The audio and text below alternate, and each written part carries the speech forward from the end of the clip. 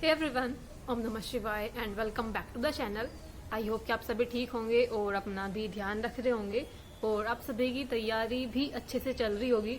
तो आज जो एनालिसिस करेंगे ये करेंगे यूपीएसआई के आरडब्ल्यूए के 31 अगस्त के मॉक टेस्ट का एनालिसिस।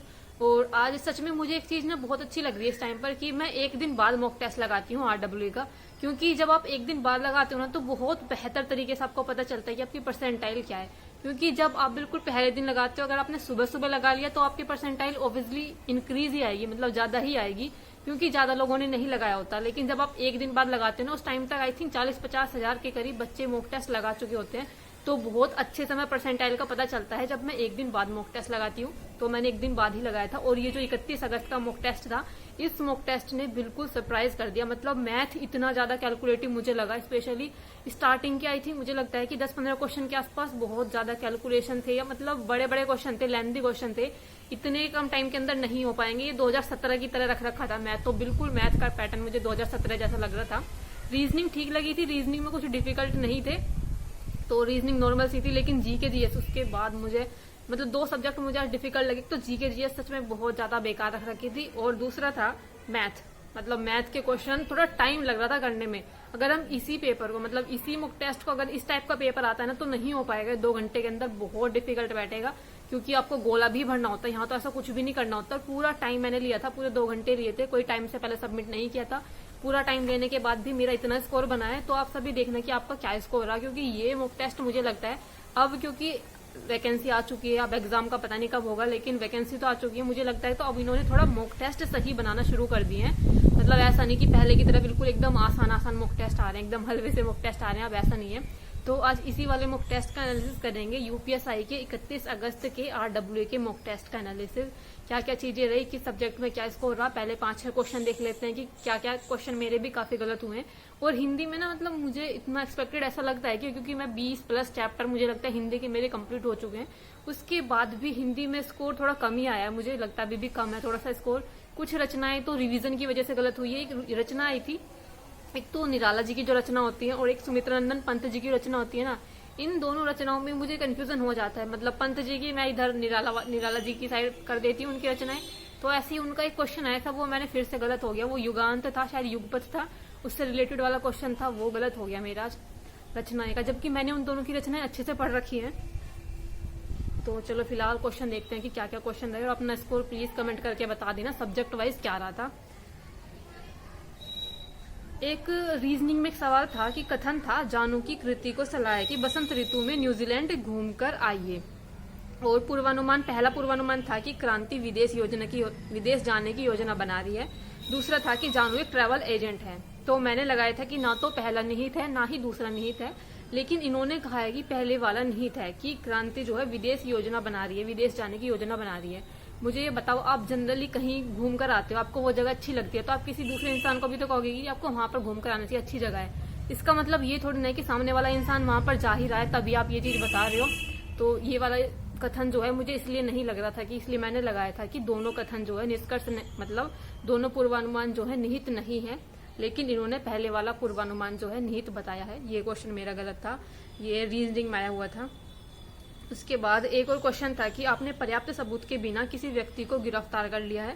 गिरफ्तार करने में जल्दबाजी करने के लिए आपके बॉस ने आपको फटकार लगाई है। इस स्थिति में आपकी ओर से सबसे अच्छी कार्रवाई क्या होगी? तो मैंने लगाया था कि गिरफ्तार व्यक्ति के खिलाफ सबूत तैयार करना। मतलब आपने किसी को गिरफ्तार किया और आपकी प्रतिष्ठा पर ऐसे आवाज उठाई जा रही है कि क्यों किया, इतनी जल्दी क्यों किया, तो आप उससे कोशिश करोगे ना कि उस इंसान के खिलाफ आप सबूत दिखाओ कि हाँ ये गलत था इसलिए किया। तो इसलिए मैंने लगाया था कि सी होना चाहिए था, गिरफ्तार व्यक्ति के खिलाफ सबूत दिखाएंगे कि हाँ ये चीजें रही है। तो लेकिन इसमें इन्होंने बताया कि अपनी जल्दबाजी के लिए क्षमा मांगेंगे, तो इसमें इन्होंने ये वाला ऑप्शन माना है। एक तो इस टाइप के क्वेश्चन पता नहीं क्या ही लॉजिक लगाते हैं, कभी कभी तो समझ नहीं आता। ये वाला क्वेश्चन भी मेरा गलत था। और एक रीजनिंग में एक सवाल आया था, इतना आसान क्वेश्चन, पता नहीं मैंने जल्दबाजी में लगाने में गलती कर दी इसको।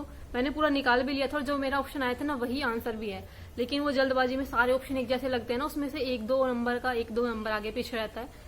ये क्वेश्चन था सी के फिर डैश जी के सी, ये डैश डैश वाला था, खाली स्थान से छोड़ रखे होते हैं जिसमें। बहुत आसान क्वेश्चन था ये, तो किया तो आप सभी ने भी होगा। तो ये क्वेश्चन मेरा लगाने की वजह से गलत हो गया इसमें। उसके बाद हाँ, इस वाले क्वेश्चन की मैं बात कर रही थी, जो इनका था सुमित्रा नंदन पंत जी की, ये पूछी हुई थी कि रचना किसकी है, युगांत के कवि पूछा हुआ था। तो मैंने इसमें सूर्यकांत त्रिपाठी निराला जी का लगा दिया था, इसमें था सुमित्रा नंदन पंत जी की थी ये। इन दोनों की रचनाओं में ना मुझे बहुत कंफ्यूजन रहता है कि कौन सी निराला जी की है, कौन सी पंत जी की है, क्योंकि इन सब की रचनाएं ना मैंने एक जगह पर ही लिख रखी है, इसलिए भी थोड़ा सा कंफ्यूजन हो जाता है मुझे। तो ये क्वेश्चन मेरा गलत हो गया था।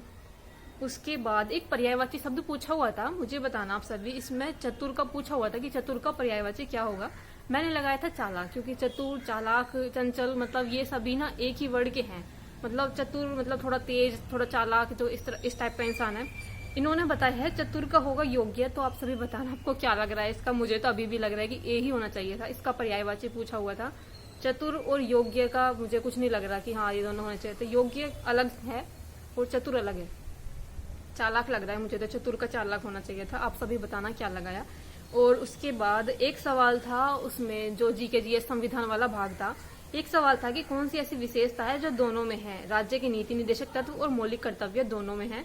तो मैंने लगाया था कि दोनों ही न्याय संगत है। वैसे तो मुझे सारे ऑप्शन ही गलत लग रहे थे, पर एक तो चूज करना था ना, इसलिए मैंने ए लगाया था। लेकिन इन्होंने माना है बी, जो कि होना भी चाहिए, जब मैंने बाद में देखा कि दोनों ही गैर न्याय संगत हैं। देखो इसका तो सबको पता है कि राज्य के नीति निर्देशक तत्व गैर न्याय संगत है, मतलब इनमें कुछ अगर ऊंच नीच होती है इसमें अगर, तो आप न्यायालय में नहीं जा सकते। लेकिन मौलिक अधिकार के लिए तो आप जा सकते हो ना, 32 से 226 के तहत आप जा सकते हो न्यायालय में।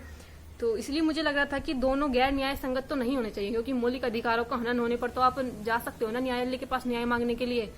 तो इसलिए मैंने इसका लगाया था ए। इन्होंने माना है इसका बी। ये वाला क्वेश्चन भी मेरा गलत था। तो आई थिंक मुझे लगता है हाँ यही थे 6 क्वेश्चन जो मैंने रखे थे कि क्या क्या कहाँ पर क्या गलती हुई। अभी मैंने आप सभी को बता दी है। और इन 6 क्वेश्चन में से प्लीज जो क्वेश्चन वैसे थे, जो बताने वाले क्वेश्चन थे, उसमें आप सभी एक्सप्लेन कर देना, अगर किसी को थोड़ा लग रहा है कि हाँ बता सकते हो आप। तो चलो फिलहाल देखते हैं कि स्कोर क्या रहा था। मुझे आज का मॉक टेस्ट सच में, मुझे मैथ इतनी ज्यादा कैलकुलेशन लग रही थी मैथ के अंदर की। चलो फिलहाल बात करते हैं। रीजनिंग की बात करूँ तो रीजनिंग में 34 क्वेश्चन सही हैं, 6 क्वेश्चन गलत हैं और 31 मिनट सही क्वेश्चन को करने में लगे थे, 6 मिनट लगे थे गलत क्वेश्चन को करने में। रीजनिंग ठीक आई हुई थी, रीजनिंग कुछ ज्यादा डिफिकल्ट नहीं थी। एक क्वेश्चन मेरा जो गलत था वो बॉक्स वाला क्वेश्चन गलत था, एक जिसमें बॉक्स का बना के दे रखा था। हाँ तो यही 2-3 क्वेश्चन मेरे गलत, मतलब 6 क्वेश्चन गलत थे जो भी थे। उसके बाद अगर हिंदी की बात करूँ तो हिंदी में 33 क्वेश्चन सही थे और 7 क्वेश्चन गलत थे। 8 मिनट सही क्वेश्चन को करने में और 3 मिनट लगे थे गलत क्वेश्चन को करने में। उसके बाद मैथ की अगर बात करूँ तो मैथ में 36 क्वेश्चन सही थे और 4 क्वेश्चन गलत थे। टाइम देखो आप, मैथ में मुझे सबसे ज्यादा गुस्सा अपना ना टाइम के लिए ही आता है। मतलब 50 मिनट मेरे सही क्वेश्चन को करने में लगे हैं और 10 मिनट गलत क्वेश्चन को, यानी कि ओवरऑल मिलाकर पूरा 60 मिनट मैंने मैथ के लिए लगाए हैं। जबकि हमें पेपर में इतना टाइम नहीं मिलेगा। मैं क्या ही करती, जब नहीं हो रहे थे क्वेश्चन तो टाइम तो लगाना ही था। टाइम मेरा बहुत ज्यादा लग गया। आप सभी बताना कि आपका एवरेज टाइम कितना लग रहा है मैथ के अंदर, क्योंकि मुझे मेरा टाइम ही नहीं कम हो रहा मैथ के अंदर। तो इसमें मेरे 36 सही थे, 4 गलत थे, 50 मिनट सही क्वेश्चन के लिए और 10 मिनट लगे थे गलत क्वेश्चन के लिए। और जीके जीएस संविधान, मैं तो इस सब्जेक्ट से परेशान हो चुकी हूँ। मतलब इतना पढ़ लूं लेकिन फिर भी नंबर इंक्रीज ही नहीं हो रहे। आप सभी बताना कि एक बार आपका जीके जीएस में 31 अगस्त के आरडब्ल्यू के जीके जीएस के अंदर कितना स्कोर आया था। मेरे आए थे इसके अंदर 17 नंबर, मतलब 17 क्वेश्चन सही थे, 23 गलत थे, 2 मिनट सही क्वेश्चन को करने में लगे थे और 4 मिनट लगे थे गलत क्वेश्चन को करने में। मतलब 17 बहुत कम है, निगेटिव मार्किंग भी नहीं है, फिर भी सिर्फ 17 क्वेश्चन मेरे इसमें ठीक गए थे संविधान वाले भाग में। तो चलो अभी बात करते हैं यूपीएसआई का 31 अगस्त का, अगस्त वाले दिन का ये लास्ट मॉक टेस्ट था, 31 अगस्त 2025 का आरडब्ल्यूए का। इसमें जो मेरा स्कोर था ये था 400 में से 300 और रैंक जो थी आई थिंक 32,338 में से 2,435 थी। 32,000 लोगों ने उस टाइम तक लगाया था, वैसे ज्यादा लगा लेते हैं लेकिन आज शायद नहीं लगाया था। और परसेंटाइल थी 92, 120 क्वेश्चन सही थे, 40 क्वेश्चन गलत थे और 75% एक्यूरेसी थी। और परसेंटाइल ठीक आई थी इसके अंदर, 92 थी। चलो एटलीस्ट 90 प्लस तो है, क्योंकि जब मैं मॉक टेस्ट लगा रही थी मुझे ऐसा लग रहा था कि पता नहीं स्कोर कहाँ 300 के कम ना आ जाए, 300 से भी कम ना आ जाए, ऐसा लग रहा था जब मॉक टेस्ट लगा रही थी। तो स्कोर चलो ये रहा था। बाकी आप सभी बताना कि आपका स्कोर क्या रहा, स्पेशली जीके जीएस वाले पार्ट के अंदर। मतलब इतना कम स्कोर जा रहा है ना मेरा इसके अंदर। और ऐसा भी नहीं है कि मैं इसको पढ़ नहीं रही हूँ, इस सब्जेक्ट को, हिंदी और जीके जीएस 2 ही सब्जेक्ट फिलहाल पढ़ रही हूँ, फिर भी जीके जीएस के अंदर स्कोर इंक्रीज नहीं हो रहा है। तो आप सभी अगर कोई सजेशन देना चाहो जीके जीएस के लिए, संविधान मूल विधि वाले भाग के लिए, तो प्लीज बताना कि कहाँ से कैसे स्कोर इंक्रीज कर सकती हूँ कि एटलीस्ट 25 प्लस तो नंबर आए इसके अंदर। तो बस यही रहा था, यही सब चीजें मुझे बतानी थी। बाकी आप सभी अपना स्कोर बता देना और मिलते हैं नेक्स्ट वीडियो में। तब तक के लिए bye bye, take care and Radhe Radhe.